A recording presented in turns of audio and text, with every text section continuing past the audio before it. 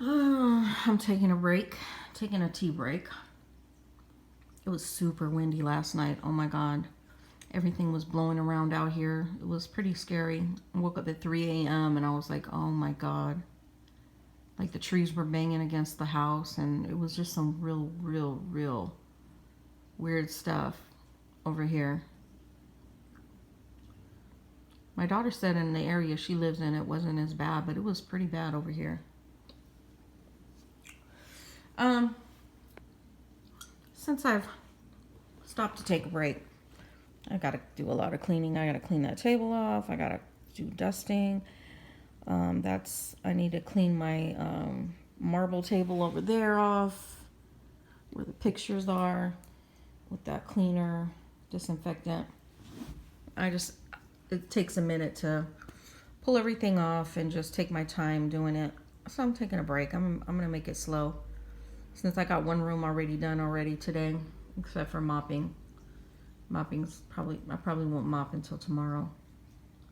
I need to go get my nails done. And I lost a fingernail. I thought about gluing it back, and I'm like, nah, because then it's not going to stay on. And I think she replaced it the last time too, same nail. I'm pretty sure. Anyways, I'm mumbling. Okay, let me get to the point. I want to talk about toxic masculinity, because I don't think a lot of men know what a lot of points that women identify as being toxic, because I think it's second nature for a lot of men, and they witness it so much that they don't see it as toxic. I know they have a million and one viewpoints on what toxic femininity is and what is toxic. They don't even call it toxic femininity. They just call it the feminist movement, which is untrue, because the feminist movement was only for protection and equal rights for women. That's it. You know what people snowball things into with their own hurt feelings and hurt spirit and whatever when they come into a movement has nothing to do with the absolute bottom baseline of what the movement is for or was for, which was for equal rights and protection for women. But yeah, they don't know what toxic femininity is, and we do. We as women know. We know how to identify all that stuff. But some things that I don't think men see as toxic, they just see it as men taking control or whatever. Some things that are toxic is especially when a man doesn't even know the woman, right?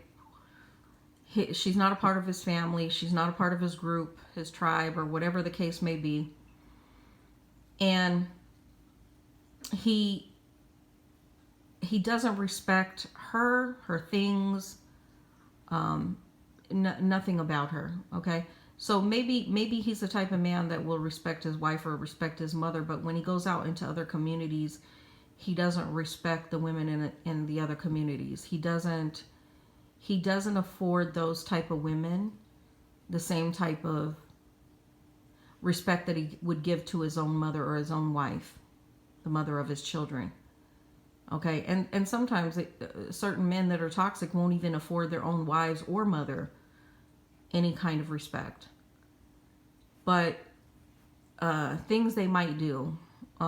Let's say, I'm just going to throw some examples out there. So I haven't had this happen to me. Pretty much anybody that comes into my house to work are very respectful. But then again, a lot of them that come into my house to work or whatever are from other ethnic groups, and they were raised like that. Be they black, Hispanic, or whatever. But one thing I will tell you that I notice about a lot of white men who do work will come in trampling all over people's things. Like if they're doing plumbing or they're doing some kind of construction work or whatever, they'll be disrespectful in the house. Like they'll make a big mess and they won't clean up after themselves because they feel that they are the man, ... and anybody else, if he's doing work, he doesn't need to clean up after himself, even though he's getting paid to come into that person's house and do work. So that's one example. Um, be it changing locks, or be it, whatever the case may be. Like I could go on and on and on. And a toxic masculine dude will praise another dude for being disrespectful like that. They'll praise him for going in, trampling, disrespecting a person's home or whatever. It's like when a cop busts into somebody's house and they're not respectful when they get in the house, and they feel entitled to be there because they're a cop. Like, that's part of toxic masculinity. Now, I'm not talking badly about all cops, but you do see some videotapes where a man is doing that, and it is very toxic and is very disrespectful. Okay?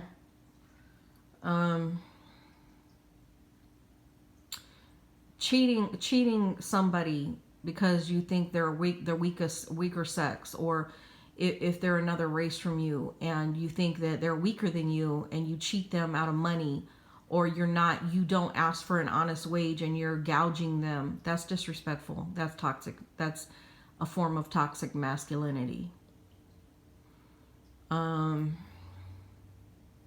Just not respecting what women have to say is also a form of toxic masculinity.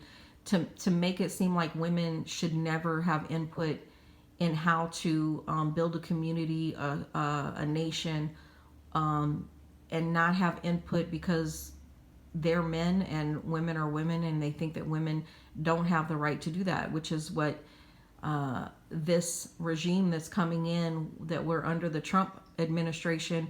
They don't want women to vote. They don't, especially black women. Oh, Lord have mercy. They don't want black women to vote. That's toxic masculinity, especially when you want to get rid of the Constitution just because you don't want women to have rights any longer. So the Constitution is not okay for it's okay for you, but you don't respect the Constitution enough to afford that to other people, and or women, races, what have you. That's toxic masculinity. So when you hear women talking about toxic masculinity, you have to understand what we're speaking of. Do we think that all men are toxic? And do we think that all men don't know how to have a divine patriarchy? No.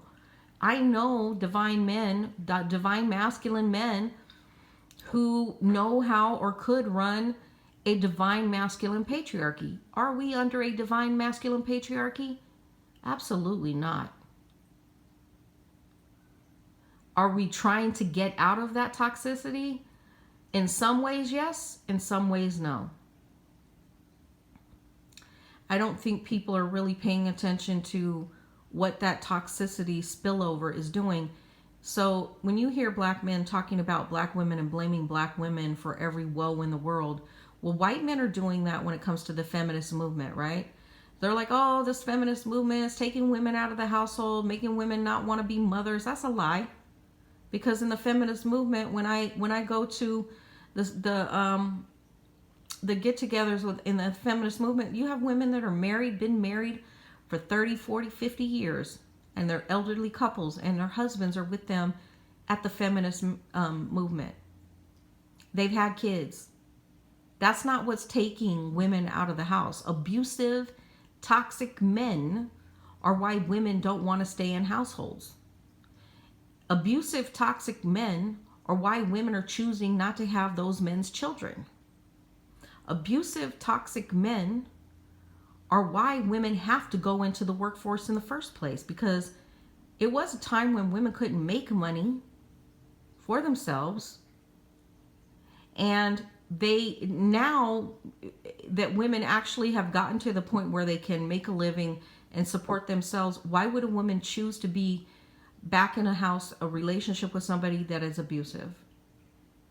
Why would she choose to work a full day and come home and get her ass beat, or be berated, or have somebody disrespect her, cuss her out, scream at her?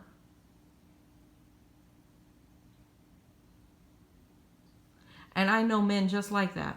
I'm not going to say no names, but I know some very childlike men who work in very masculine jobs, but when they come home, they have fucking meltdowns, okay? They don't know how to control their nature. They don't know how to control their spirit. They don't know how to talk to people. They don't know how to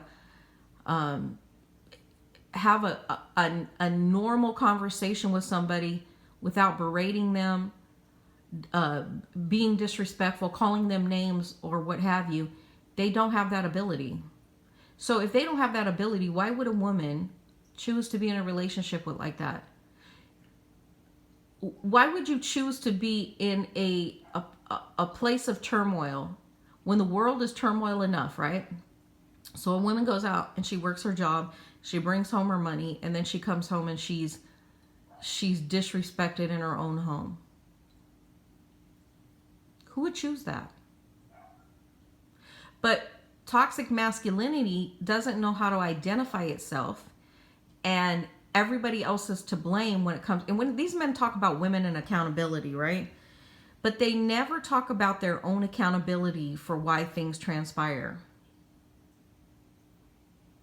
They never do. It's like that man that murdered his girlfriend and his ex-wife, right? He got on social media and, if I'm not mistaken, he offed himself as well, right? Everything was everybody else's fault. This man had several domestic violence charges under his belt. But when he got on social media, he didn't say anything about that he was abusive, right? Because they don't own their own shit, right? So he never said any of that. And men were actually siding with this man when he murdered his girlfriend, who was pregnant, by the way, and his ex-wife, who has one of his children, and coming about child support and about paying for their children. Men don't feel they have to pay for their children. I don't know what fairy comes out of the sky to bring food and shelter and the things children need to thrive in a world that we have today. Children need heat. They need cool in the wintertime. Or the summertime, they need air conditioning. They need utilities. They need all types of things.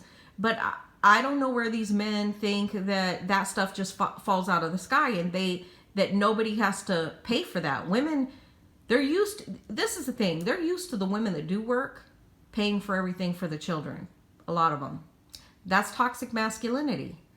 A man who's in his rightful state, divine masculine, understands that he has to provide. A man in his divine masculine understands he has to put a roof over his children's head. A man in his masculine divine understands that his child needs food and has desires as well, things that need to be met, curriculum to advance his education or her education. Divine men know these things, so they don't complain when they have to provide them. And even if they get into a relationship that ends and maybe they don't see eye to eye, and maybe it is the woman's fault, we'll just say we'll give it to the masculine divine. Maybe his wife is not all there. Maybe she's not well put together, and maybe she wants out of the relationship for whatever reason, right? Even if that happens, divine masculine men understand that their children still need to be provided for, and they don't complain about it. They don't get on social media complaining that they have to support their children. They just do. So these are some of the points I want to make. I have a lot. I have a lot of examples, and I just don't think men understand they have no accountability when they are toxic. Divine men with divine masculine upbringing, or a man who makes himself the man who he is divinely, understands, these mechanics of the world. And they don't complain about them. They just do. They just work through shit and they do. Anyways, I'm done.